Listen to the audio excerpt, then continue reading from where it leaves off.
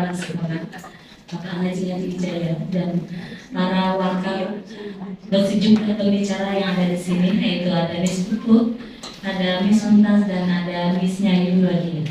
Puji dan syukur kita panjatkan atas kehadiran Allah Subhanahu wa Ta'ala yang telah memberikan kita kesempatan sehingga pada hari ini kita semua bisa berkumpul untuk menghadiri acara ngopi di SMA HPI Palembang yang alhamdulillah hari ini sudah memasuki episode ke-43 ya. Dan tema kali ini adalah membangun budaya positif sekolah. Jadi sebelum acara kita lanjutkan, marilah Bapak Ibu kita ucapkan lafaz basmalah. Bismillahirrahmanirrahim. Dan semoga acara pada hari ini bisa berjalan dengan lancar tanpa ada kendala apapun. Pertama-tama akan kita dengarkan kata sambutan atau arahan dari kepala sekolah. Kepada yang kami hormati Bapak Haji Hadi Wijaya, disilakan. Bismillahirrahmanirrahim. Assalamualaikum warahmatullahi wabarakatuh. Alhamdulillahirabbil alamin. Wassalatu wassalamu ala asyrofil anbiya'i wal mursalin wa ala alihi wa sahbihi ajma'in. Allahumma shalli ala Muhammad wa ala ali Muhammad. Yang saya hormati para pimpinan, wakil kepala sekolah, kemudian Bapak Ibu guru, serta yang kita banggakan para narasumber yang pada kesempatan ini sudah hadir di tengah-tengah kita. Ada Miss Muntas, kemudian ada Miss Peralia Eka Putri, dan juga ada Miss Nyayu Rodia yang alhamdulillah kebetulan pada hari ini menjadi narasumber ngobrol pintar pada episode yang ke-43. Materinya bukan materi biasa, tapi materi yang insyaallah luar biasa, membangun budaya positif sekolah. Tentu budaya positif sekolah banyak ya, budaya negatif juga barangkali ada secara tersirat gitu ya, terdapat di berbagai lembaga pendidikan. Tapi dengan cara membangun budaya positif sekolah, tentu ada hal-hal yang barangkali akan menjadi habit, kebiasaan pada setiap lembaga pendidikan tanpa terkecuali, termasuk sekolah kita yang mungkin banyak yang akan bisa diterapkan pada sekolah tentang bagaimana membangun budaya positif ini. Nah, secara rinci memang belum tahu apa saja yang dianggap sebagai budaya positif. Apakah bagian dari karakter, apakah dari program sekolah, ataukah hal-hal lainnya. Nah, yang tahu adalah mereka bertiga sebagai narasumber. Maka dalam hal ini saya mengucapkan terima kasih kepada para narasumber, walaupun narasumber ini adalah narasumber internal kita. Tapi Bapak dan Ibu, disinilah bagaimana kita bisa menghormati, saling menghargai satu sama lain, bahwa Bapak Ibu semua adalah orang-orang istimewa. Orang-orang istimewa yang punya kelebihan, punya kekurangan, tapi kelebihannya yang lebih banyak ya, sehingga apa yang akan kita dapatkan pada ngobrol pintar di episode yang ke-43 ini mudah-mudahan nanti dapat memberikan manfaat kepada kita semua, serta hal positif yang akan disampaikan betul-betul nantinya membudaya di sekolah kita. Barangkali ini saja mengingat waktu, kepada para narasumber kami ucapkan terima kasih. Mudah-mudahan menjadi ilmu yang bermanfaat bagi kita semua. Billahi taufiq wal hidayah. Assalamualaikum warahmatullahi wabarakatuh. Waalaikumsalam warahmatullahi wabarakatuh. Terima kasih kepada Bapak Haji Hadi Wijaya yang sudah menyampaikan kata sambutan. Selanjutnya Bapak Ibu kita langsung saja masuk pada materi dan dipersilakan kepada Miss Muntas SPD akan menjadi pemateri pertama. Kepada Miss Muntas SPD disilakan.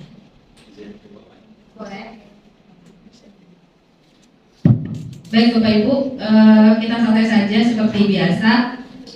Di sesi awal mungkin saya yang dapat jatah untuk menyampaikan materi pertama kali, karena ini adalah rangkaian panjang, jadi kami bertiga akan bergantian menyampaikan materi di awal saya. dan akan saling melengkapi ya Bapak Ibu ya. Dan saya izin untuk dibawa saja ya, biar lebih mobile. Baik, kita akan mengangkat budaya positif. Budaya positif yang kami pelajari di pendidikan guru penggerak. Mungkin sudah dasar Dedi yang lebih paham ya. Kami hanya sekitar 3 minggu baru pelajari ini. Namun mudah-mudahan ya, apa yang kami sampaikan itu tidak melenceng dari apa yang diharapkan. Dan sebagai mungkin di awal sebagai konsekuensi ada CGP di sini, kemudian kita juga guru penggerak, sekolah penggerak, maka harapan kami, mungkin harapan Bapak Kepala Sekolah juga, apa yang didapatkan di CGP, di PGP itu tidak lewat-lewat saja, ya. Tapi ada perubahan, ada transformasi, walaupun perubahan itu tidak mudah. Setelah Bapak Ibu melihat materi ini, mungkin banyak bertanya, tidak mungkin, mustahil, dan lain sebagainya. Namun Bapak Ibu, pengalaman saya menjadi wakil kepala sekolah bidang kurikulum setelah 4 tahun berjalan, ada hal-hal yang tidak mungkin yang dulu rasanya terlaksana, namun hari ini saya merasakan banyak perubahan. Artinya kemungkinan atau tidak mungkin itu hanyalah keniscayaan, tapi tergantung dari kita mau merubahnya atau tidak. Nah, mungkin itu penguatan di awal Bapak Ibu. Baik, di awal ini dia materinya, kami bertiga sudah kenal semua ya. Dan Bapak Ibu berbicara tentang budaya positif, maka sebenarnya itu berbicara tentang kontrol diri kita sebagai seorang guru kepada siswa. Bagaimana kita mengontrol peserta didik kita, nanti akan lebih tepatnya ke Miss Nyayu, kita berada di posisi kontrol seperti apa, ya. Nah, sekarang masih banyak miskonsepsi tentang kata kontrol itu sendiri. Yang pertama bahwa miskonsepsi bahwa guru itu bisa mengontrol murid, ya, itu miskonsepsi yang pertama. Kenapa? Karena nyatanya tidak selamanya kita bisa mengontrol siswa. Walaupun kita paham bahwa mereka siswa, kita guru. Bahkan saya pun misalkan atau kepala sekolah pun tidak selamanya bisa mengontrol siswa. Ada beberapa tahapan atau posisi di mana siswa itu tidak bisa dikendalikan. Setinggi apapun jabatan kita, seberwibawa apapun kita, ya. Nah itu. Kemudian ilusi bahwa semua penguatan positif dan efek itu bermanfaat, ya. Mungkin sesaat ketika kita memberikan sesuatu yang positif, nasihat dan lain sebagainya bermanfaat, mungkin 70%, tapi kadang-kadang untuk beberapa kasus nasihat-nasihat itu tidak bermanfaat. Hanya sementara, kemudian yang bersangkutan akan balik lagi ke posisi awalnya. Kemudian ilusi bahwa kritik dan membuat orang merasa bersalah dapat menguatkan karakter. Seringkali kita melakukan ini, ya. Artinya apa? Kita seringkali memposisikan orang itu, menyatakan mereka bersalah itu, ya, menyadarkan mereka bersalah, ya, dengan harapan menguatkan karakter. Kenyataannya bisa jadi seperti itu, bisa jadi mereka balik lagi ke posisi awal. Ini kalau kita berbicara permasalahan, ya. Jadi sepanjang 1 jam atau 1 jam setengah ini kita akan berbicara tentang masalah yang dihadapi siswa. Makanya ini semua guru ya akan sangat penting untuk memahami wali kelas, terutama tim-tim kesiswaan gitu ya, akan bersentuhan langsung dengan siswa. Kemudian ilusi bahwa orang dewasa memiliki hak untuk memaksa. Ini juga rasanya berdasarkan pengalaman kita, ya, sesenior apapun kita di sini kadang-kadang kita menyerah dengan perilaku siswa. Sudahlah, memang seperti itulah, ya. Nah, itu ternyata tidak benar ketika bahwa sedewasa orang itu bisa memaksa siswa untuk berubah dan lain sebagainya. Nah, ini miskonsepsi yang sering ada di diri kita tanpa kita sadari, ya Bapak Ibu, ya. Nah, kemudian makna disiplin. Jadi, kalau selama ini kita memahami bahwa disiplin itu adalah taat aturan, ya, apa yang sudah dititahkan dia paham, harus nurut dan lain sebagainya, maka sebenarnya teori dasar yang sudah dikemukakan oleh Ki Hajar Dewantara dan juga selaras dengan para penemu-penemu teori yang berada di luar negeri menyatakan bahwa disiplin diri itu membuat orang menggali potensi yang menuju kepada sebuah tujuan, sesuatu yang dihargai dan bermakna. Dengan kata lain, disiplin diri juga mempelajari bagaimana cara kita mengontrol diri dan bagaimana menguasai diri untuk memilih tindakan yang mengacu pada nilai-nilai yang kita hargai. Dengan kata lain, seseorang yang memiliki disiplin berarti mereka bisa bertanggung jawab terhadap apa yang dilakukannya karena mereka mendasarkan tindakan mereka kepada nilai-nilai kebajikan universal. Artinya, balik lagi, disiplin itu bagaimana mereka merdeka. Jadi di ujung dari disiplin itu ya nyambung dengan konsep Merdeka Belajar ya. Seorang yang merdeka itu adalah orang yang paham tentang dirinya, mengatur dirinya sendiri ya, dan tidak identik bahwa disiplin itu selalu berkaitan dengan aturan, tapi kesadaran terhadap dirinya untuk bisa mengontrol dirinya untuk mencapai nilai-nilai tertentu. Nah ini Bapak Ibu, 3 motivasi orang dalam berdisiplin mungkin bisa jadi bahan refleksi baik kita ataupun guru. Yang pertama, kadang-kadang orang disiplin itu hanya untuk menghindari hukuman, supaya tidak dipotong gajinya datang tepat waktu, ya, supaya tidak dimarahi sama guru maka siswa datang tepat waktu. Ini adalah disiplin dengan urutan terendah. Motivasinya adalah motivasi yang datang dari luar, bukan dari dalam diri. Selanjutnya adalah motivasi yang ingin datang itu karena ingin mendapatkan imbalan atau penghargaan. Ini juga masih termasuk motivasi yang rendah, ya, karena tidak sadar, tidak datang dari dirinya sendiri. Selanjutnya yang ketiga ini yang diharapkan, motivasinya datang dari diri, tidak mengharapkan imbalan, penghargaan orang lain, dan tidak karena takut akan hukuman. Bukan karena takut tidak diapresiasi, dan tetapi memang karena dirinya butuh untuk datang tepat waktu, ya, tanpa harus banyak pemantauan, dia dengan sadar hadir. Nah ini adalah motivasi terbaik Bapak Ibu ya, yaitu untuk menjadi orang yang mereka inginkan dan menghargai diri sendiri dengan nilai-nilai yang mereka percaya. Ini adalah motivasi paling tinggi dan bisa disebut sebagai motivasi internal.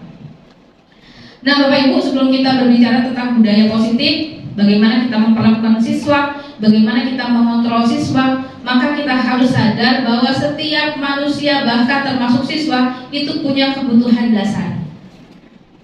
Tanpa terkecuali, bahkan anak kecil pun punya kemampuan kebutuhan dasar. Apa itu? Yang pertama adalah kebutuhan untuk bertahan hidup, kebutuhan kasih sayang dan rasa diterima, kebutuhan kebebasan, kebutuhan kesenangan, dan kebutuhan penguasaan. Artinya Bapak Ibu, siapapun di antara kita yang punya kelalaian, kesalahan, maka sebenarnya kita harus cross check dulu dengan kebutuhan setiap manusia. Kelalaian, kesalahan yang kita buat itu sumbernya dari sini. Karena pada dasarnya setiap manusia punya kebutuhan. Ya, kadang-kadang mereka melanggar peraturan itu karena bisa jadi butuh kebebasan, merasa terkekang. Kadang-kadang mereka begitu ada siswa begitu kritis, ya, begitu sulit diatasi. Bisa jadi karena dia itu ingin diterima, ya, ingin dikasih sayangi dan lain sebagainya. Ada yang tidak suka di kelas, bisa jadi dia kemana, mungkin karena dia berpikir saya butuh kesenangan. Nah, jadi artinya sebelum kita bertindak lebih jauh, lebih dalam, maka kita harus pahami bahwa tidak laku seseorang itu karena ada hal yang kurang dalam dirinya, yaitu kebutuhan dasar, dan kita harus pertama menyelami dulu, oh ternyata ini akar permasalahannya, kemudian baru nanti bisa mencarikan solusi kenapa si anak bermasalah. Itu mungkin ini masih teori dasar Bapak Ibu ya. Saya menyampaikan yang dasar-dasar dulu, yang lebih tepatnya nanti akan di materi Miss Puput dan Miss Nyayu, dan sekaligus saya akan memberikan penguatan Bapak Ibu kepada Bapak Ibu, di mana saya di antara CGP ini adalah yang punya jabatan sebagai seorang pimpinan, maka ada hal-hal tertentu yang saya soroti terkait materi ini, dan tentunya akan menjadi sesuatu yang menjadi fokus perhatian kita. Nah Bapak Ibu, nanti Miss Nyayu, Miss Puput setelah ini akan menyampaikan materi tentang keyakinan kelas. Kalau kita kenal ada kesepakatan kelas, maka di sini istilahnya keyakinan kelas.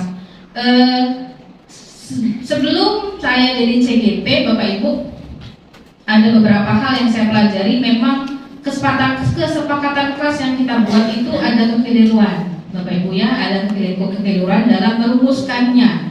Maka sebenarnya di semester genap berencana untuk memperbaharui lagi kesepakatan kelas itu, ya, sehingga kita punya pemahaman yang sama bagaimana cara membuat kesepakatan kelas. Namun Bapak Ibu, terlepas dari sini kita akan bersama-sama bersepakat bahwa yang akan kita buat bukan kesepakatan tapi keyakinan kelas. Dimana keyakinan kelas itu berbeda dengan kesepakatan, artinya dia punya level yang lebih tinggi ya, yang lebih tinggi untuk bisa dimaknai, bukan hanya sekedar kesepakatan. Baik Bapak Ibu, nah ini di awal dari saya, selanjutnya akan dilanjutkan oleh Miss Feralia Eka Putri untuk menyampaikan tentang materi keyakinan kelas. Kepada Miss Feralia Eka Putri, silakan. Ya, terima kasih Miss Mumtaz.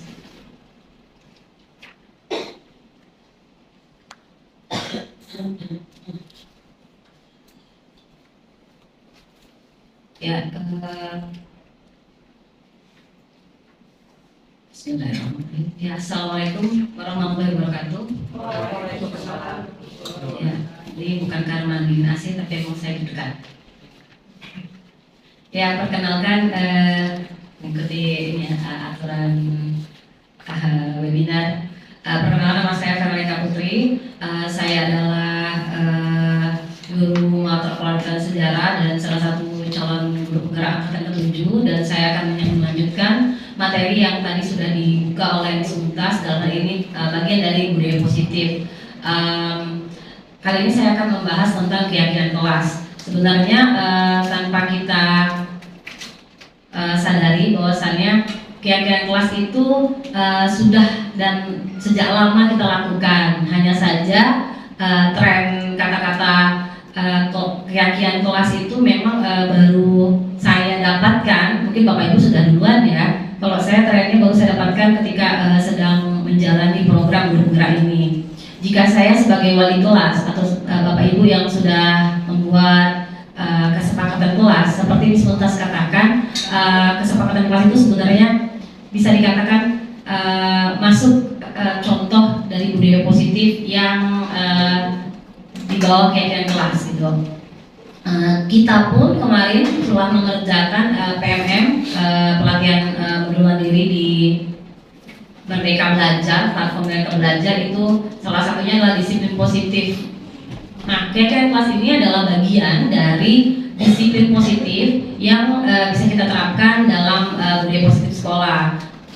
Belum lagi kita lagi trennya segala apa yang dikerjakan atau diprogramkan oleh sekolah ini haruslah pusatnya atau orientasinya pada profil pelajar Pancasila. Saya tidak membuatnya, saya berusaha untuk menghafalnya. Benar nggak kalau profil pelajar Pancasila pertama itu ada beriman, bertakwa, berakhlak mulia, berkebinekaan global, mandiri, pengarah kritis, bergotong royong, dan ya, kreatif ya.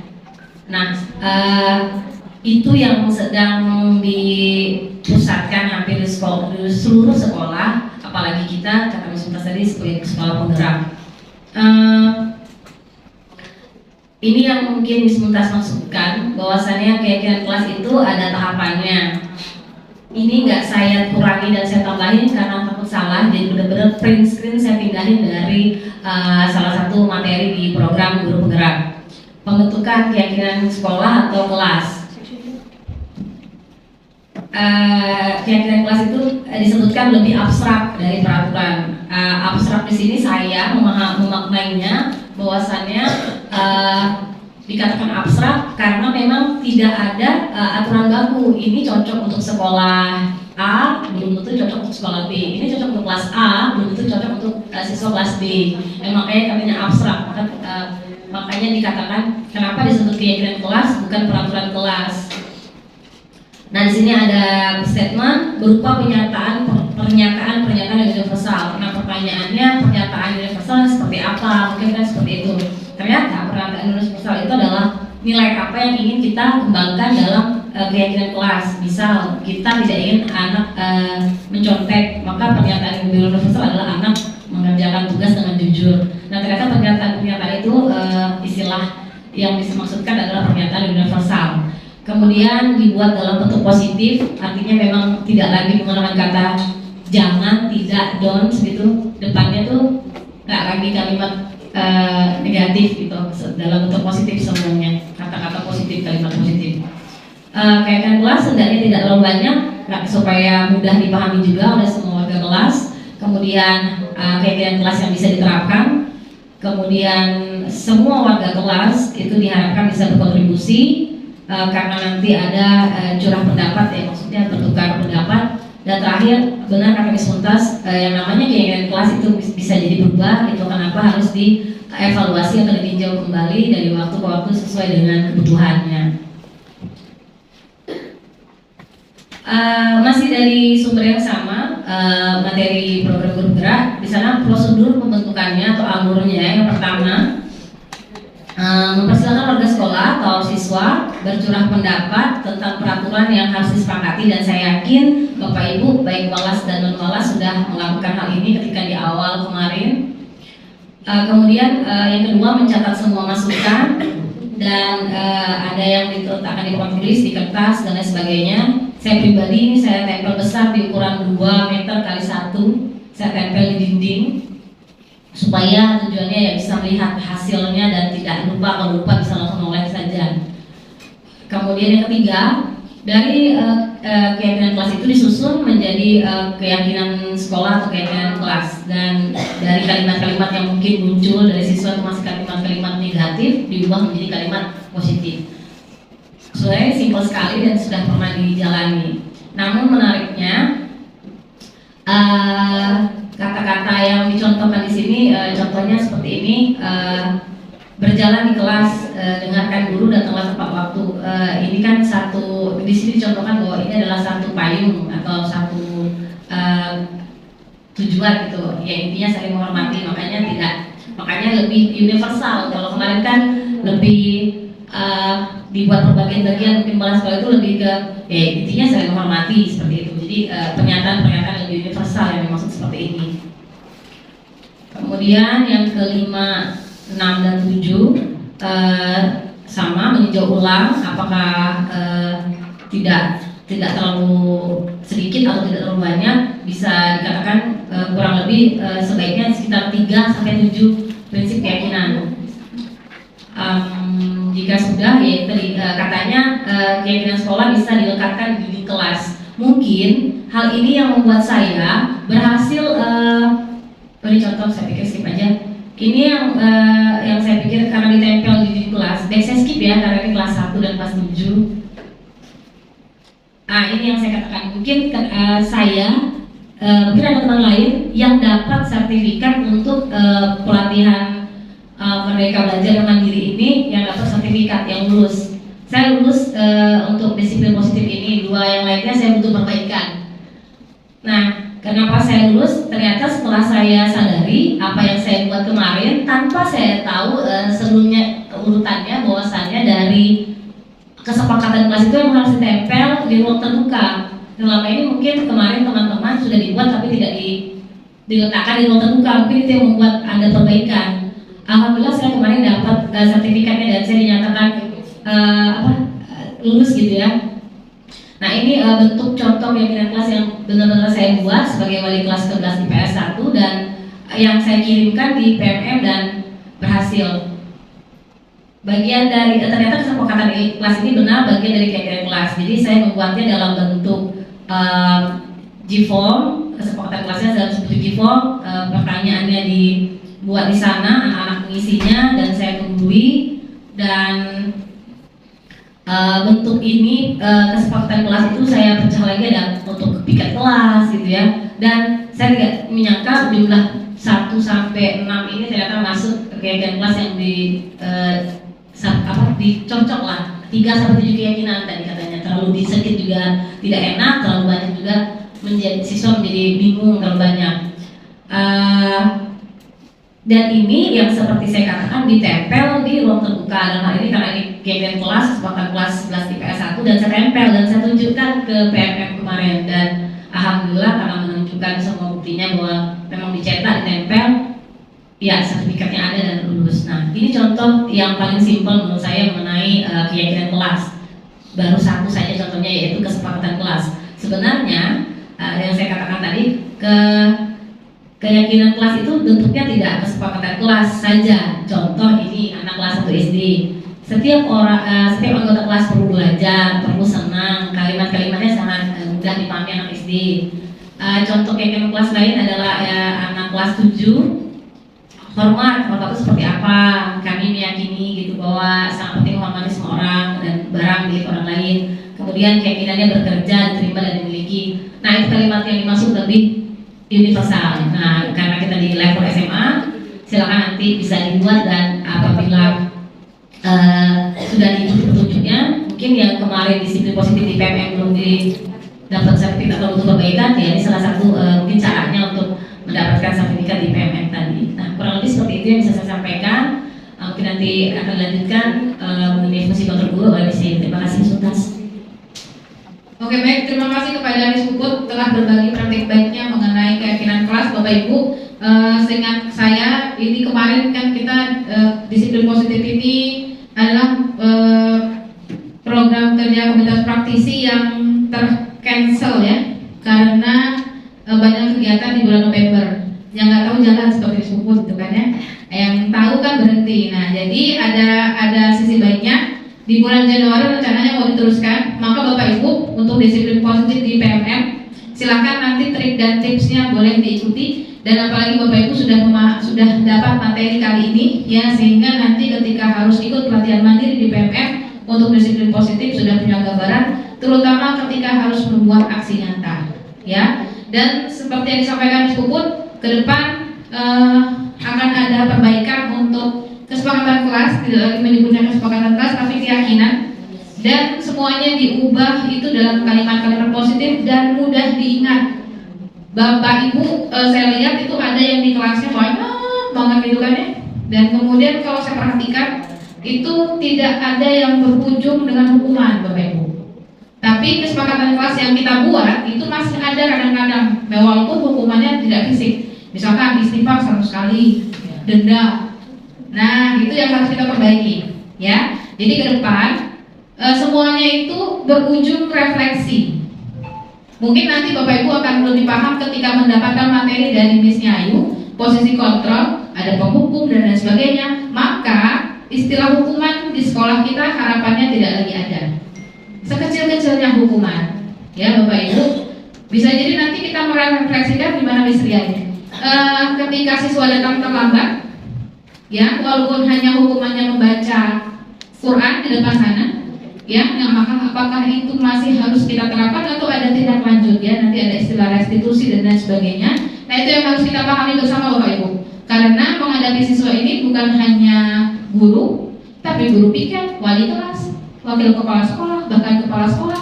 Maka semua kita harus paham betul ya tentang budaya positif yang sekarang itu sedang digadang-gadang ya di kurikulum Merdeka maupun pemerintah. Baik, selanjutnya Bapak Ibu, ini ada apa? Oh iya, Miss Yayu ini mau ada sesi ice breaking Bapak Ibu ya. Ya. Silakan Bapak Ibu berdiri sebelum Miss Yayu akan ini. Oh iya. Bisa silakan Bapak.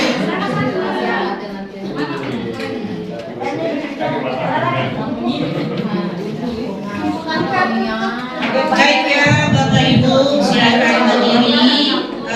Ada jarak ya, karena ada gerak-gerakan. Kita lakukan dengan senang hati, dengan semangat sebelum materi selanjutnya saya paparkan. Siap ya Ibu-Ibu? Bapak-bapak juga.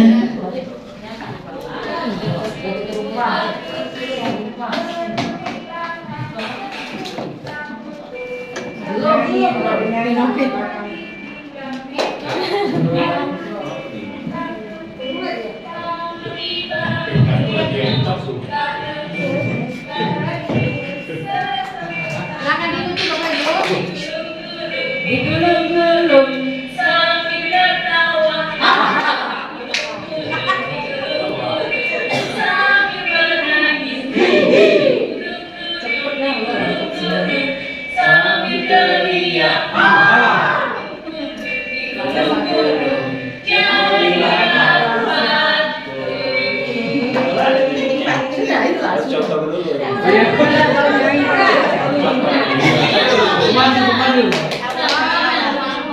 Udah dari awal ya, ini cuma contoh ya. Baik, Bapak Ibu bersiap ya. 1, 2, 3. Buka tutup, bertepuk tangan. Buka tutup, tangan yang ngomong. Buka tutup, tangan di bahu. Buka tutup, bertepuk tangan. Digulung-gulung, sambil tertawa. Digulung-gulung, sambil menangis. Digulung-gulung, sambil teriak. Digulung-gulung, jadilah aku. Naiknya cepat ya. Buka tutup, tangan di pinggang ekor. Buka tutup, tangan di bahu ekor. Buka tutup, bertepuk tangan. Digulung-gulung, sambil tertawa. Digulung-gulung, sambil menangis. Digulung-gulung, sambil teriak. Digulung-gulung, jadilah aku. Oke, cukup Bapak Ibu. Baik, terima kasih.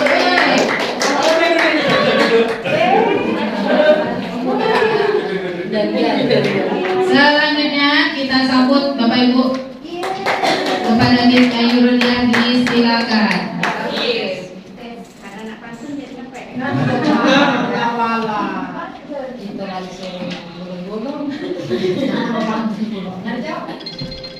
Baik, assalamualaikum warahmatullahi wabarakatuh.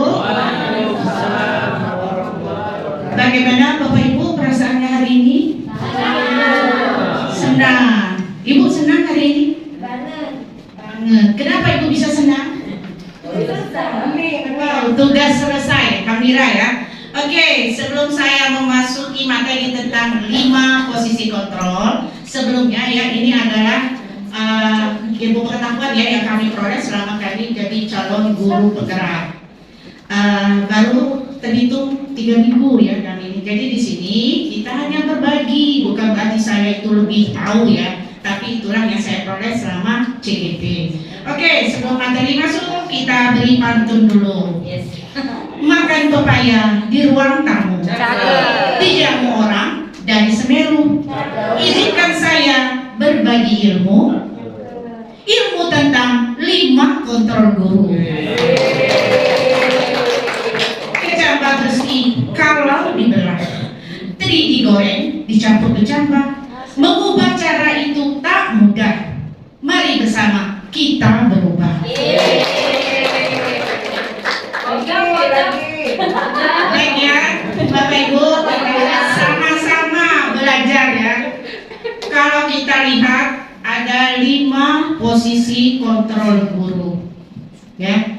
Ada guru sebagai penghukum, ada guru sebagai pembuat merasa bersalah, ada guru yang kontrolnya sebagai teman, sebagai pemantau, dan sebagai manajer. Nah, apa itu posisi kontrol guru sebagai penghukum? Ini saya contohkan ya. Misalnya ada siswa yang tidak mengumpul tugas. Ya, biasanya guru itu, apa saja kerja kamu tidak mengumpul tugas? Ayo sana berdiri, atau ayo sana tulis bahwa saya berjanji tidak akan mengulangi perbuatan saya lagi sampai pelajaran saya selesai. Ada seperti itu guru ya. Semoga di IGF saya tidak ada ya, kita sudah baik-baik semua ya. Kemudian ada guru pembuat merasa bersalah. Ya, siswa ini terlambat juga mengumpul tugas. Kemudian matematika ya katakanlah ya. Kemudian gurunya berkata, apa? Kemudian gurunya berkata begini, apa saja kerjamu sehingga tugas saja tidak ngumpul? Itu yang pertama. Yang kedua, mau jadi apa kamu? kamu diam nggak belajar. Terus ada lagi, jika orang tua kamu tahu, alangkah sedihnya mereka melihat tingkah laku kamu saat ini. Itu ya kata-kata yang dilontarkan oleh guru. Siswa tadi tertunduk ya, dia merasa sangat bersalah. Ya. Kemudian ketiga, posisi untuk guru sebagai teman. Bisa tok, assalamualaikum miss. Iya, silakan nak. Maaf miss, saya terlambat. Oh ya, nggak apa-apa. Silakan masuk nak. Masuk. Kemudian, iya miss, saya terlambat karena di jalan tadi macet. Oh ya, nanti lain kali jangan lagi terlambat. Kita kan teman. Yuk, tos dulu. Siswa senang, tapi apa katanya di belakang? Enak ya guru seperti ini. Berarti lain kali kalau saya terlambat, ibu pasti ngajak tos lagi. Akhirnya dia begitu. Tapi bagaimana kalau suatu waktu kita marah? Otomatis dia kesal. Biasanya ibu ini baik sama aku, tapi kali ini kenapa ya? Akhirnya apa? Bisa muncul ketergantungan ya si murid sama kita. Kemudian yang keempat, sebagai pemantau. Misalnya ini pelajaran PJOK. Ada siswa ini sudah tiga kali tidak ikut olahraga. Kemudian seralik bilang, kenapa kamu tidak ikut olahraga? Saya catat ya, sudah 3 kali kamu tidak mengikuti. Apa saja kerjamu? Nah, kemudian awas ya, kalau saya lagi misalnya kamu tidak masuk olahraga, saya catat. Nah, posisi seperti ini, seralik harus mengawasi benar perubahan tingkah laku. Ya, karena siswa ini kalau kita katakan begitu, kita diamkan, dia tidak akan berubah.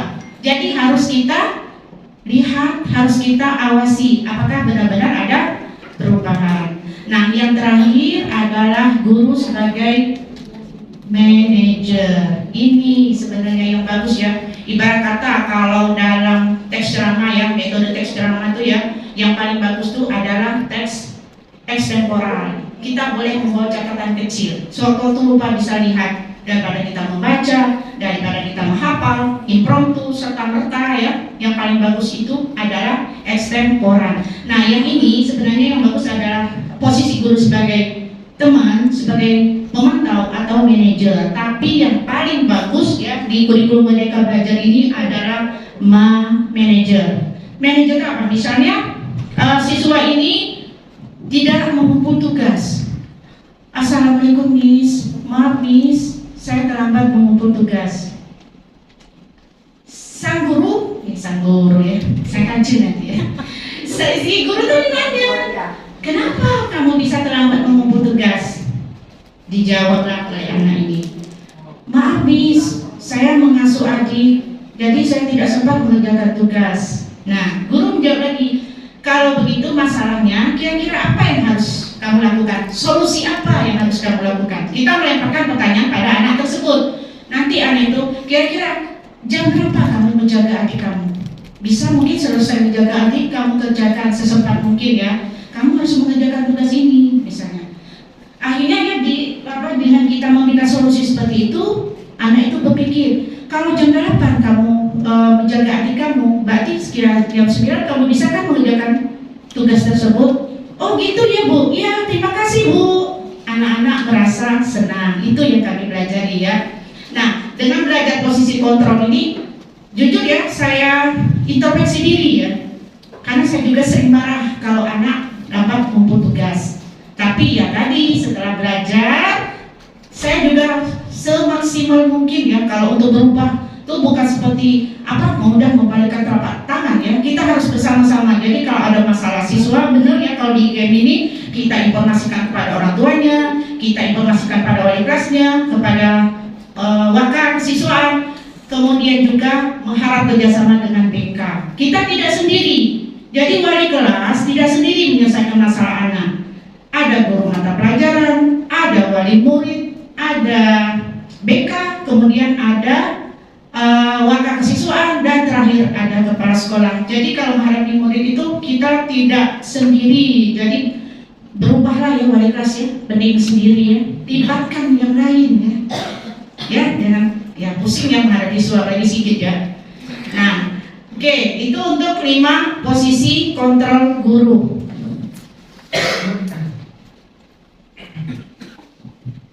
Satu lagi tentang restitusi, ya. Restitusi, retribusi itu. nah, tentang restitusi ini adalah proses menciptakan kondisi bagi murid untuk memperbaiki kesalahan mereka. Ada 3 tahap ya, 3 langkah restitusi. Oh ya, tiga restitusi: menstabilkan identitas, validasi tindakan yang salah, dan ketiga menanyakan keyakinan. Menstabilkan identitas, seperti yang saya contohkan tadi. Siswa kita ini kadang-kadang ingin semua kebutuhan dasarnya dipenuhi. Ya, kita sebagai manusia punya kebutuhan dasar. Nggak mungkin 5 kebutuhan dasar kita itu harus dipenuhi oleh seorang guru ya. Ada siswa itu kebutuhan dasarnya mencari perhatian. Ada yang kasih sayang, ya. Ada yang kadang-kadang penguasaan dia merasa aku ini lebih pintar atau apa ya. Itulah yang kita hadapi sekarang. Jadi kalau siswa seperti itu, berarti siswa itu dikatakan gagal ya. Kalau siswa tidak bisa memenuhi kebutuhannya, siswa itu dikatakan gagal. Nah, tinggal kita menguatkannya, jangan sampai dia dalam posisi gagal. Ya, dengan pertanyaan-pertanyaan seperti itu. Kemudian validasi tindakan yang salah. Jika siswa itu melakukan kesalahan selama ini ya, saya juga merasakan ya, kita kadang-kadang mau tahu ya, langsung marah misalnya, kesal. Sebenarnya nggak boleh, tanyakan dulu, apa sih masalah kamu? Di rumah terutama ya, kenapa sampai marah-marah, apa yang terjadi, coba ceritakan sama ibu, misalnya begitu ya. Kemudian ketiga, menanyakan keyakinan. Kalau sekarang kan kita ada kesepakatan kelas ya, kamu tahu tentang kesepakatan kelas yang kita buat? Kira-kira apa yang kamu langgar? Itu ya. Jadi kalau kesimpulannya, tinggal cara kita mendekati. Memang bisa ini katakan belum terbiasa ya. Balik itu perilaku, cara kita komunikasi dengan murid. Jujur ya, saya katakan, kalau saya ngajar, ada siswa tidur, emosi saya memuncak. Jujur ya, saya katakan emosi. Anak ini seolah-olah tidak menghargai saya. Anak ini meremehkan. Udah, apa sih? Nah, ada jujur, saya manusia biasa ya. Cuma setelah belajar di CGP ini, oh berarti salah ya, hati saya belum bersih ya, hati saya masih penuh dengan kesal, saya masih tidak sebagai posisi sebagai penghukum. Saya banyak belajar, oh berarti salah ya, saya introspeksi diri lah ya, saya salah. Berarti memang dilembutkan sekali kata-kata ya, berarti hati kita dulu ya, tergantung dari nawa itu ya. Berarti niat kita dulu, oh kita menghadapi anak ini nggak boleh begini, nggak boleh begini. Memang susah, jujur, susah. Tapi mari kita bersama-sama. Kan ada guru, ada wali kelas, ada guru BK, ada waka-waka, ada kepala sekolah. Mari sama-sama kita bekerja sama mengubah tingkah laku anak, ya, menjadi seorang anak yang disiplin, ya. Kita coba semester 2, kami juga baru belajar, ya, baru introspeksi diri bahwa apa yang kami lakukan ini ternyata belum tepat. Tapi terus terang ya Bapak Ibu ya, setelah saya belajar itu, saya melihat begini, oh di IGM sudah ada keyakinan kelas, peran dan nilai dan peran guru. Oh saya sudah ya menggerakkan praktisi, saya sudah mengajak siswa, mengajak guru, bahkan kepala sekolah untuk menulis. Oh berarti ada, sudah termasuk ya. Kemudian satu lagi menjadi coach ya, ada yang menjadi ngopi, oh sudah ada di IGM. Ya berbanggalah kita di SMA IGM ya, walaupun capek-capek kerjanya kadang-kadang sampai sore ya, tapi ternyata beberapa kegiatan kita itu ada di peran dan nilai guru penggerak. Ya, oke sampai di situ dulu. Wassalamualaikum warahmatullahi wabarakatuh.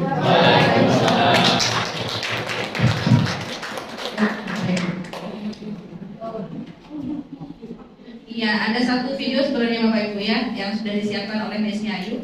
untuk bisa menekankan kembali posisi kita di mana. Jadi ada 5 dari Bapak Ibu sebagai penghukum, sebagai manajer yang terakhir ya, sebagai pembuat merasa bersalah. Ini juga sering kita lakukan ya. Bahkan sering nama saya dicatut gitu ya, nanti saya dimarahin tuntas gitu kan. Gitu, kadang-kadang Bapak Ibu guru kan seperti itu ya. Jadi membuat si siswa itu merasa bersalah ya. Aku tapi sebentar sepertinya ya. Kenapa Bapak Ibu? Sebenarnya semua itu dipandang dari hasil akhir ya. Jadi dampaknya itu sejauh mana? Kita itu mau menciptakan karakter siswa yang seperti apa? Apakah hanya bertobat sementara? Atau kita mencoba menciptakan siswa yang mampu menyelesaikan masalahnya ketika dia bersalah, bantu dia. Itu manajer itu kan begitu. Manajer itu mampu mengelola orang, berarti kita juga dituntut mampu untuk mengelola siswa, menemukan solusinya ya Bapak Ibu. Mungkin banyak yang mual dengar saya ngomong begitu, tapi itulah kondisinya. Oh gitu.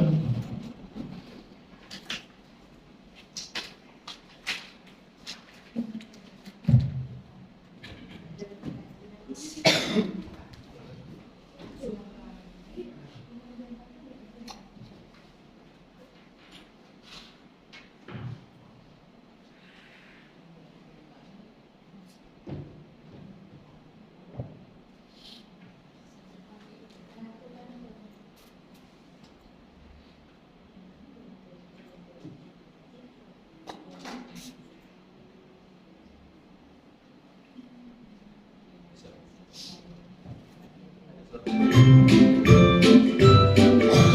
silakan siap Bapak Ibu.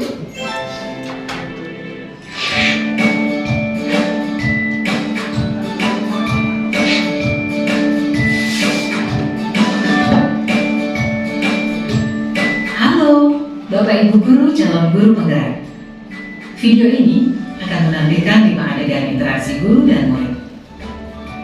Silakan menonton dan merefleksikannya.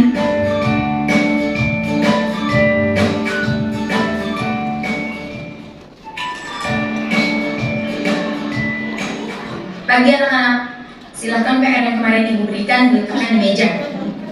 Anton, kamu sudah mengerjakan belum? Belum mengerjakan saya, Bu. Kamu selalu ya nggak ngerjain PR. Sekarang kamu duduk di depan, lalu tulis. Saya berjanji tidak akan mengulangi lagi. Saya berjanji akan berusaha menjadi murid yang rajin belajar sampai pelajaran saya selesai.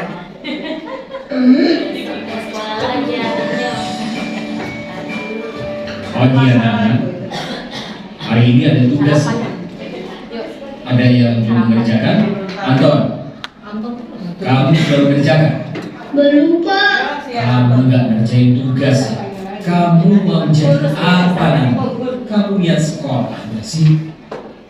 Coba bayangkan orang tuamu betapa kecewanya sama kamu. Kamu ini sudah kelas 5.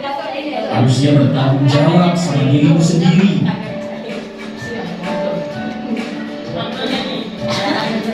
Bu, saya terlambat. Ya udah, nanti jangan diulangi lagi ya. Kalau kamu rajin, Ibu senang lihatnya. Ya, lain kali tepat waktu ya masuknya. Tas dulu dong. Kita kan teman. Wah, diriku nggak terlambat lagi. Apa ya?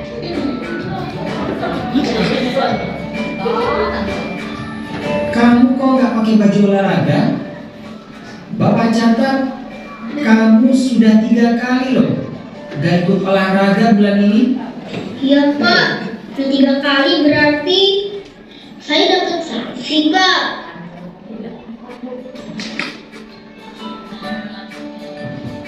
Ini, Bu, saya mengumpulin tugas. Maaf ya, Bu, saya terlambat mengumpulin tugas.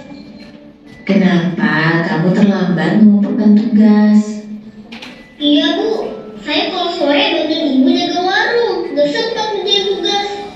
Kira-kira nih, apa yang bisa kamu perbaiki supaya kamu bisa mengerjakan tugas tepat waktu? Coba, kapan biasanya kamu membantu ibu jualan? Setiap tanggal sampai di malam, Bu. Bagaimana kalau kamu membuat jadwal jadwal kapan kamu akan mengerjakan tugas. Oh gitu ya Bu. Saya coba deh Bu. Terima kasih Bu. Oke, baik Bapak Ibu. Nah, itu sekelumit 5 contoh yang sudah disampaikan Miss Nyayu mengenai 5 posisi kontrol ya Bapak Ibu ya. Nah, kembali lagi ke slide tadi.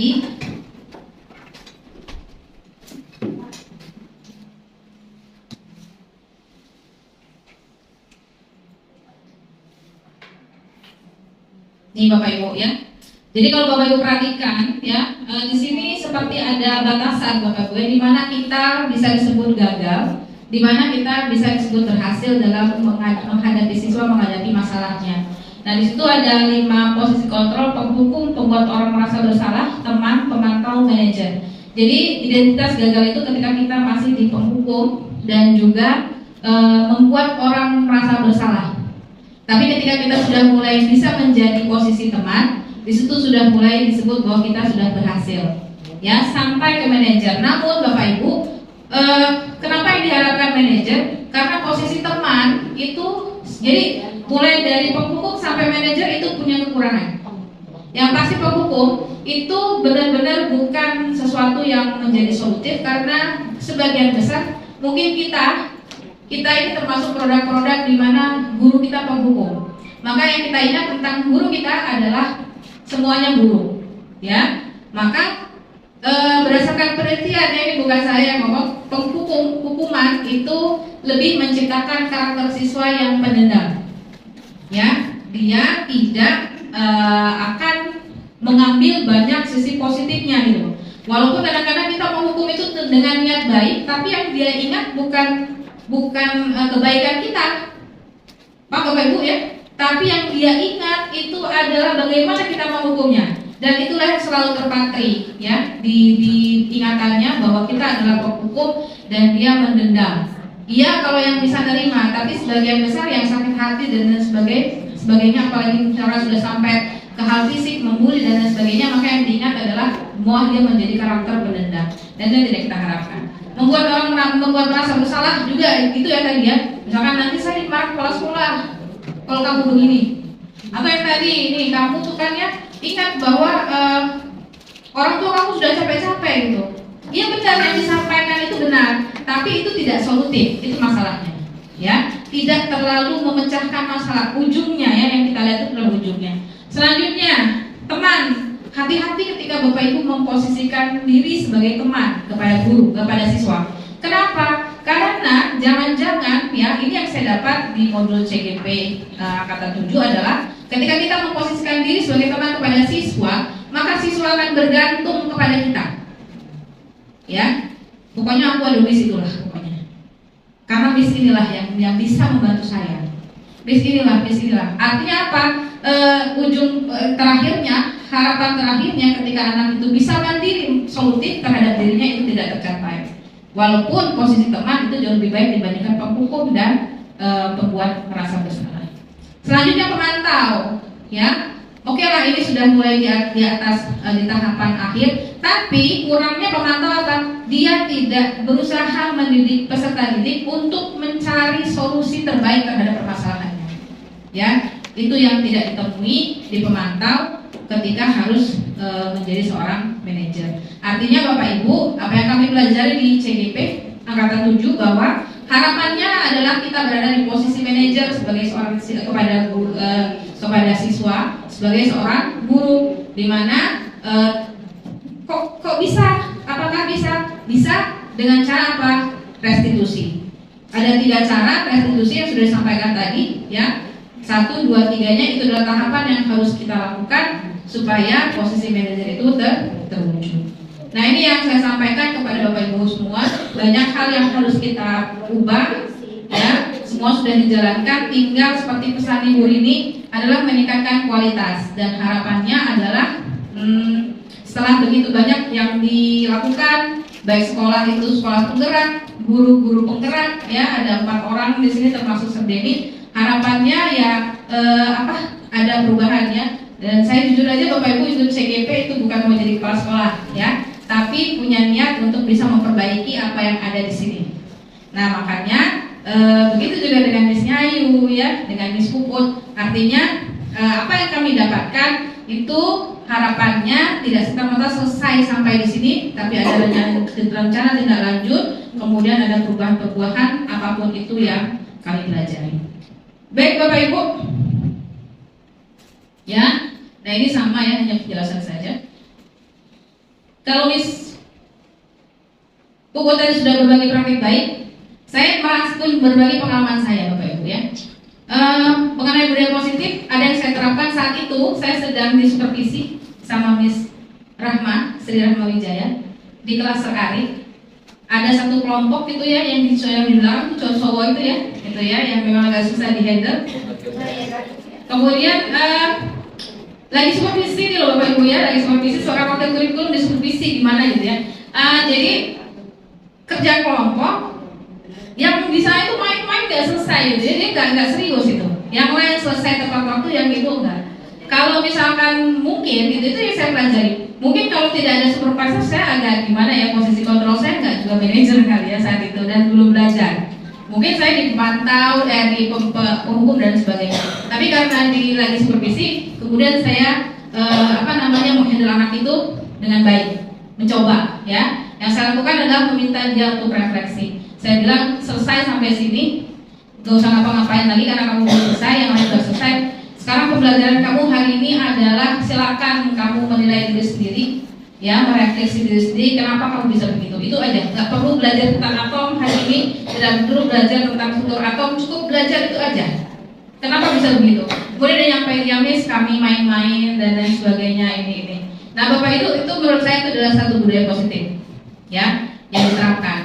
Setelah kejadian itu, selesai supervisi, saya merenung, oh iya ya, berarti yang saya lakukan itu adalah salah satu budaya positif di mana ketika ada permasalahan, saya tidak langsung marah dan menghukum, tapi berlaku lebih bijak, ya, menanyakan hal yang tersebut, kemudian minta mereka refleksi, kemudian bisa menentukan solusinya. Dan selesai supervisi masih ada 1 jam, Miss Rahma nggak masuk lagi, saya masuk di kelas itu, ternyata dampaknya luar biasa. Karena saya tidak marah. Apa yang dilakukan? Miss, kami sudah selesai, boleh nggak kami presentasi? Ya boleh. Artinya apa Bapak Ibu yang saya lakukan tadi?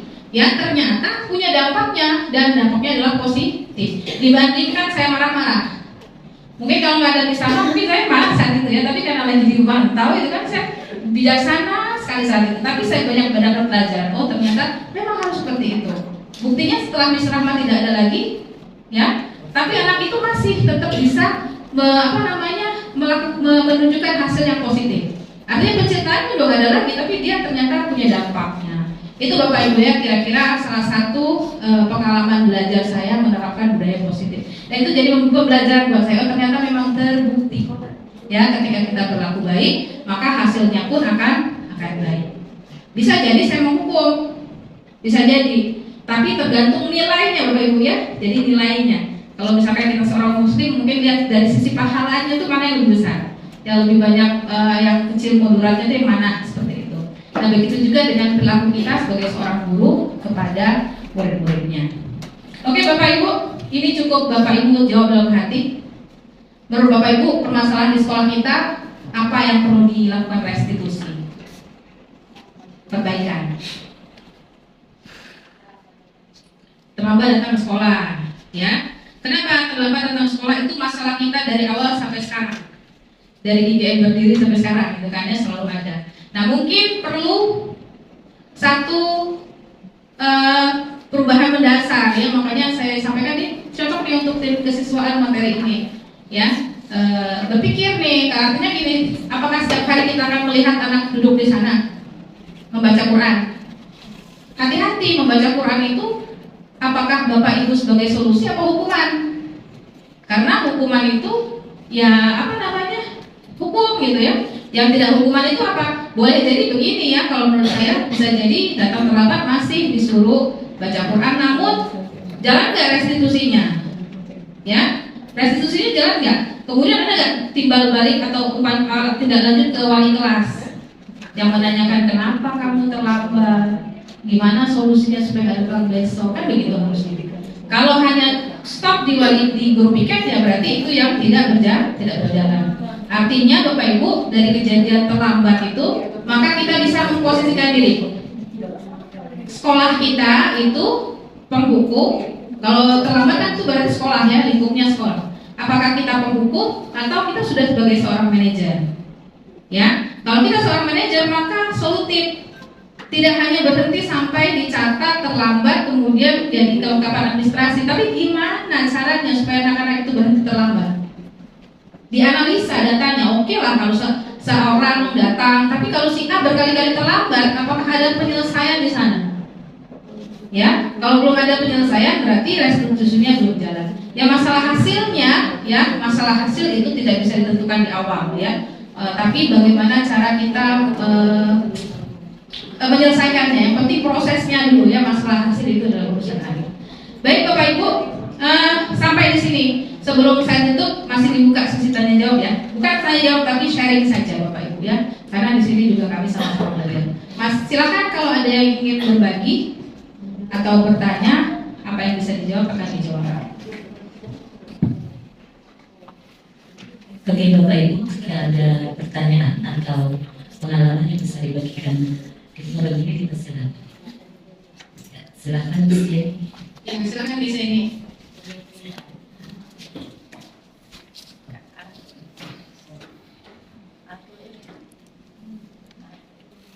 Iya, bismillahirrahmanirrahim. Mungkin ya ditanyakan kepada pengalamannya pribadi masing-masing kepada pembicara kita hari ini ya. Oke, topiknya itu adalah budaya positif. Yang pertama tadi itu tentang apa itu budaya positif, selanjutnya kesepakatan atau keyakinan kelas, dan terakhir ini adalah bagaimana kita mengontrol emosi kita. Baiklah, ini saya tertarik dengan keyakinan kelas atau kesepakatan kelas ya. Baiklah, ya bagus sekali ya Miss Puputia sudah berbagi praktik baiknya. Nah ini minta tolong share ke kita tips dan trik dari Miss Puput ataupun Miss Muntas ataupun Miss Nyai, bagaimana caranya menanamkan kesadaran kepada anak didik kita ataupun siswa kita bahwa oh keyakinan kelas ini memang saya butuh untuk perbaikan saya sendiri, bukan hanya untuk menghindari hukuman ataupun mendapatkan image atau pencitraan yang baik dari teman-temannya. Terima kasih. Baik, terima kasih kepada di sini. Boleh jawab? Boleh ya. Ya, baik, terima kasih Miss ini. Karena tadi saya membawa materi kesepakatan kelas ya, tepatnya keyakinan kelas. Ya, jadi keyakinan kelas ini saya berusaha menanamkannya karena di awal belum memahami fungsi kontrol guru. Ya, saya yakin posisi saya adalah ya mungkin diajarkan guru saya Miss Dian, kita menghukum ya Miss Dian ya. Ya, jadi ya, saya ini guru Miss Dian ngajar ya. Tadi kan sama. Nah, dulu saya akui jadi ada kayak tabel ya, saya lihat membuat tabel. Kalau kamu ini, kamu dapat ini, kamu melakukan ini, dapat ini. Nah ternyata itu adalah hal yang bagian dari fungsi kontrol guru manajer sebenarnya. Jadi saya mengajak anak berpikir, menanyakan, nah kamu kalau melakukan hal ini, kamu akan dapat ini. Membuat tabel apa ya, sebab akibat seperti itu kurang lebih. Tapi saya malu menunjukkannya karena memakai kata bahasa saya sendiri ya. Kalau kamu tidak masuk tanpa kabar, karena kata-katanya ini adalah kata-kata pengancaman sebenarnya, tapi sebenarnya itu adalah cara-cara guru di fungsi kontrol manajer. Hanya saja kata yang saya pilih sangat ekstrim, misalnya kalau kamu terlambat, kamu dapat ini, nah dapat ininya itu ekstrim menurut saya. Tidak melihat matahari misalnya.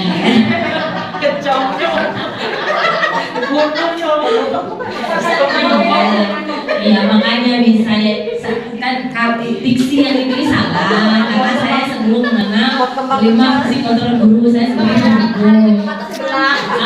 Itu ya awal ternyata cara membuat keyakinan kelas itu maksudnya itu adalah yang mengajak anak kan bertanya, hanya saja kata-katanya mulai dipilih yang benar-benar sebagai manajer, bukan seperti itu lagi dia. Maksudnya seperti itu. Jadi cara saya membuat tabel pertanyaan yang sebenarnya bentuknya bisa bebas ya di sini. Kalau yang saya lakukan seperti itu. Jadi kan membuat mereka untuk mengungkapkan kata-kata positif itu kan susah, Miss ya.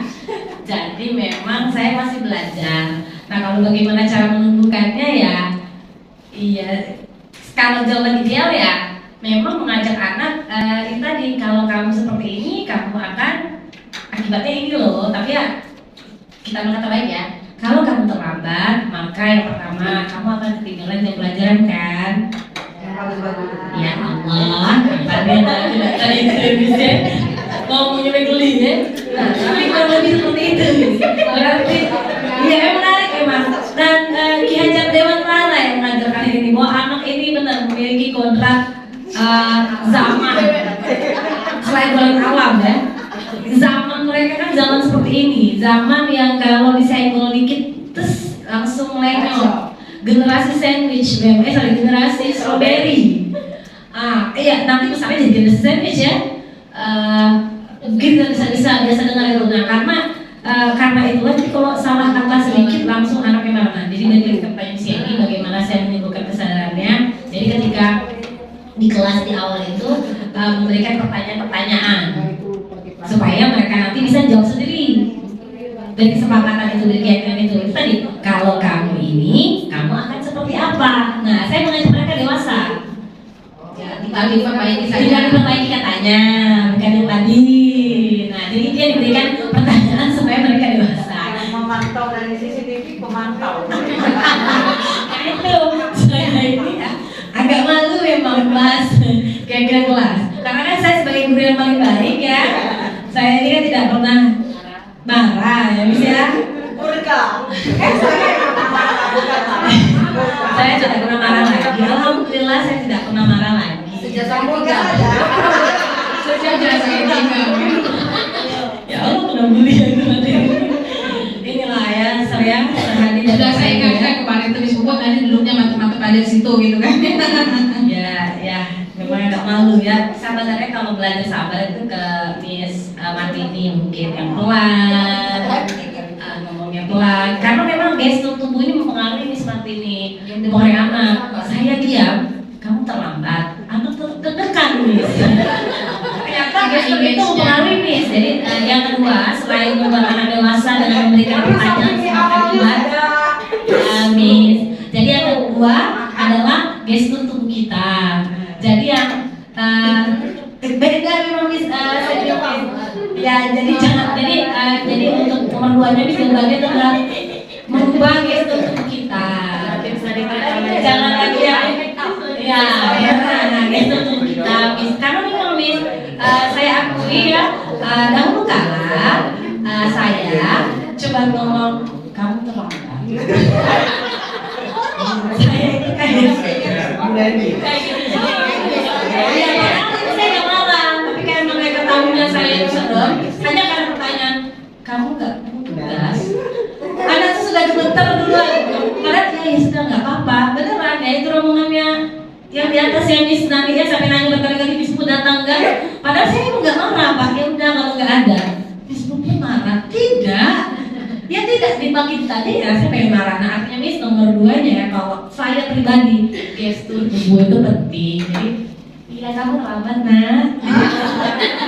Coba dibantu Miss, coba dibantu Miss. Kalau saya pribadi kalau mengajak anak atau memberikan pertanyaan anak yang dia sendiri akan menjawabnya, lalu bisa jadi kesepakatan atau keyakinan luas dan tentu saja kata-kata positif dan gestur atau mimik wajah ya. Terima kasih. Ya bisa yang lain ya. Silakan Miss Ayu berbagi. Coba bisa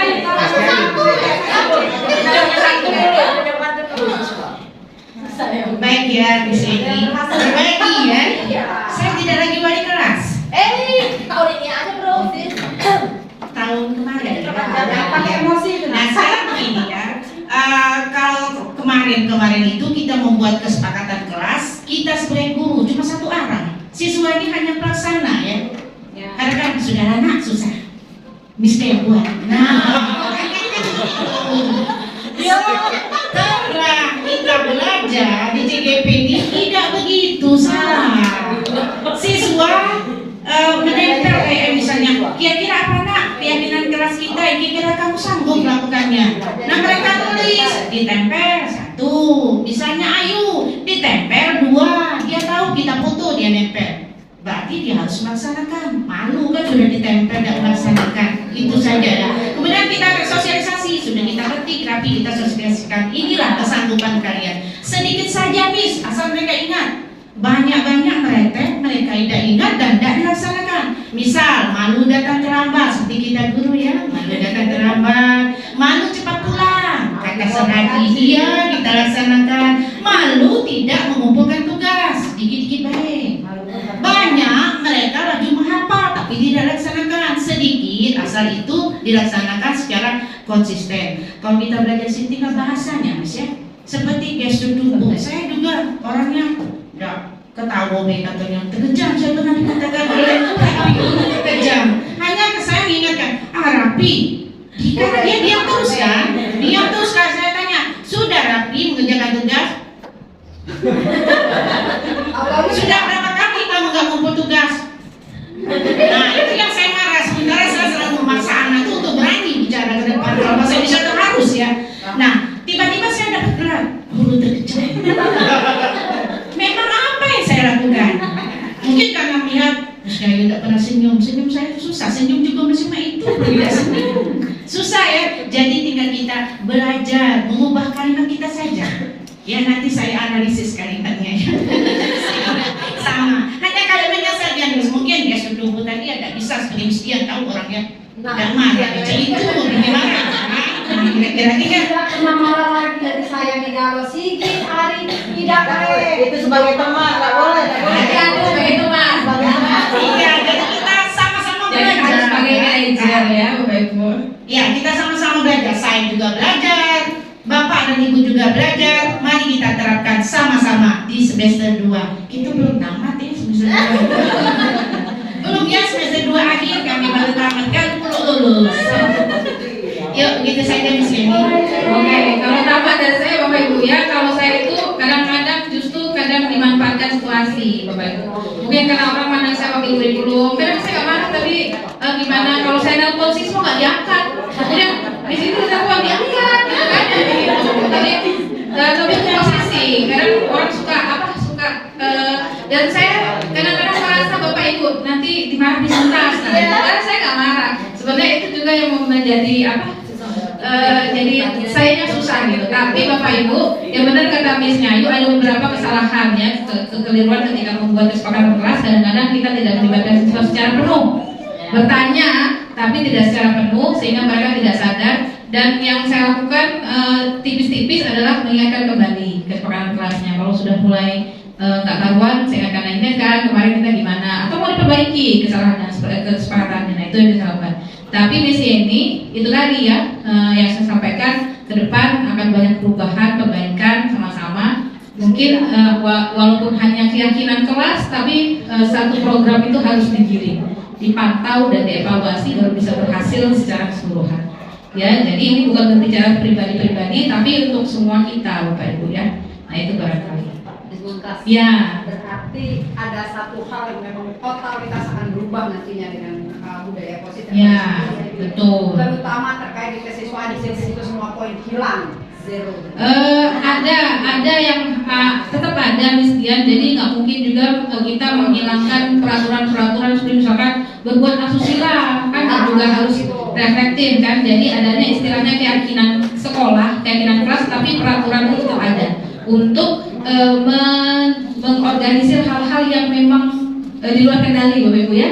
Misalkan ya kita nggak menutup kemungkinan kan anak-anak kita itu melakukan sesuatu. Jadi artinya seperti yang Ibu fasilitator saya bilang, bisa jadi satu saat kita menjadi seorang penghukum, bisa jadi, ya kan kalau memang sesuai konteksnya. Kalau misalkan anak berbuat asusila, apakah masih harus disenyumi kemudian selesai kan juga kan? Berarti memang harus ada hal-hal yang menjadi peraturan. Artinya ada batasan di budaya Ya. kelas ini bisa diterapkan Betul. secara total, ada juga yang nggak bisa. Ya, benar. Nah itu yang mungkin barangkali kayak kita warga sekolah perlu dikasih batasan. Ya, benar. Batasan Jadi yang jelas. betul. Jadi misalkan terlambat itu kan bisa ya. Kemudian ya yang pokoknya yang budaya ya, tapi peraturan rasanya tetap harus ada. Tidak boleh dihilangkan ya. Ada lagi Bapak Ibu sebelum kita tutup? 5 menit. Ustaz Hadi mau ngomong enggak? Oh, ngomong baik.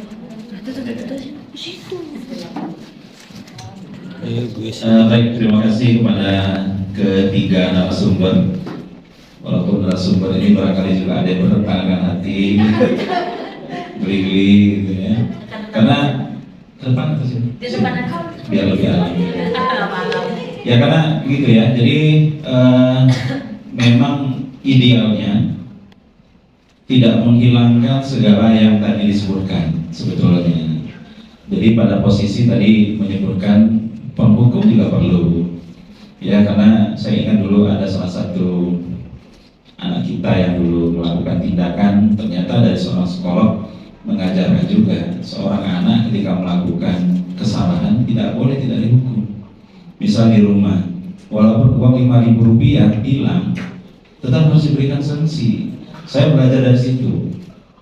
Ketika anak saya yang saya sebutkan kemarin mengambil salah satu uang kami dalam jumlah yang kecil, saya pukul tangannya. Dari situ dia belajar. Jadi pernah, ini pengalaman pribadi ya, uang yang diambil itu 100.000 dibagikan dan diminta oleh teman-teman satu lingkungan di FT. Saya ingat saya izin sama Bu Betty, saya harus menyelesaikan satu kasus di keluarga saya demi kebaikan anak ini ke depan. Anak saya pukul tangannya. Setelah saya pukul, saya datangi semua anak yang dibagi uangnya tadi. Saya temui geruk semua orang tuanya sampai uang 100.000 itu kembali. Iya, saya sampaikan walaupun ada orang tua yang tidak suka. Saya ingat itu hari Sabtu. Saya izin Bu Betty, saya ingin izin. Istrimu tidak saya suruh kerja. Saya harus menyelesaikan masalah ini supaya anak saya paham bahwa di keluarga pun ada sanksi yang tegas diberikan kepada anak. Saya pukul tangan anak saya sampai merah, pakai tangan sendiri. Cetak. Kenapa? Belajar dari psikolog, belajar dari psikolog tadi, ya. Waktu kasus anak kita yang dulu dites ternyata tidak klepto, kita berhentikan. Nah, saya belajar dari situ. Anak tidak boleh Pak dibiarkan, harus ada sanksi supaya dia tahu. Sampai sekarang berapapun uang yang diletakkan di rumah tidak ada yang berani mengambilnya. Kenapa? Karena mereka sudah tertanam. Itu dari masa kecil. Nah, artinya di sini juga sama. Bapak Ibu barangkali yang sudah lama, kecuali yang baru, tahu juga sama saya gitu.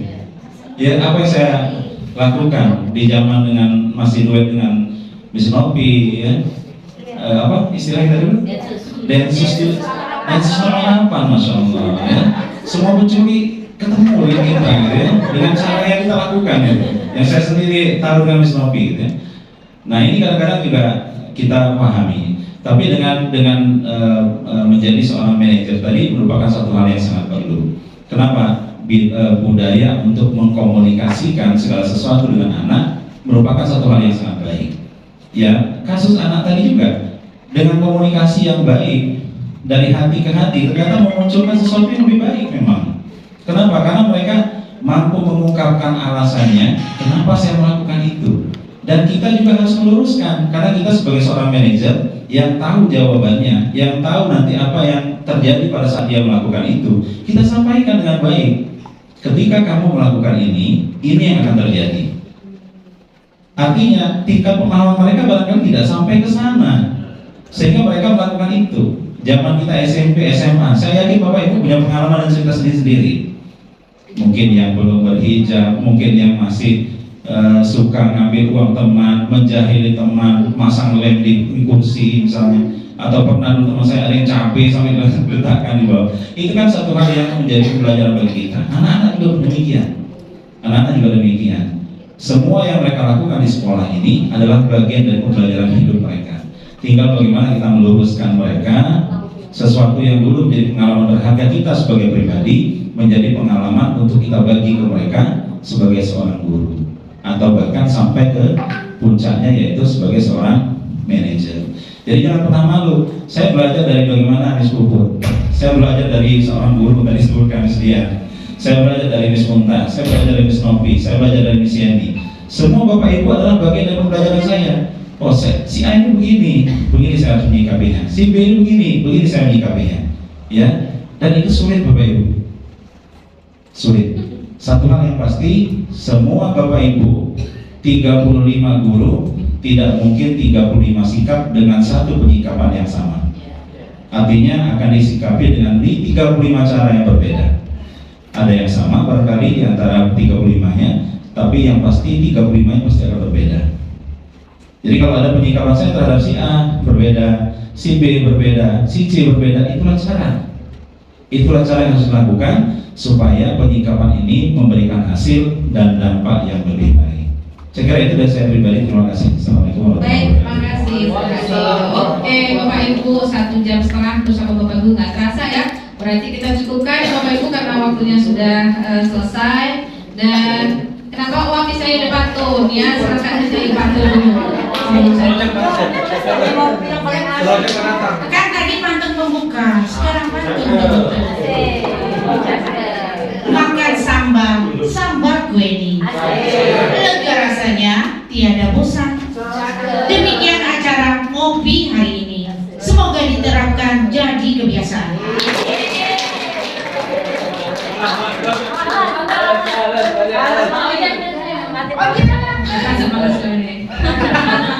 Biarlah Allah yang membalas.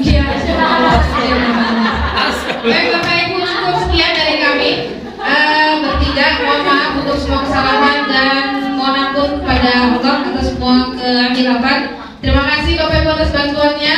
Walaupun adalah sebuah aksi nyata tugas CGP, tapi harapannya bisa bermanfaat bagi kita semua dan kita bisa terapkan ya Bapak Ibu di hari ini.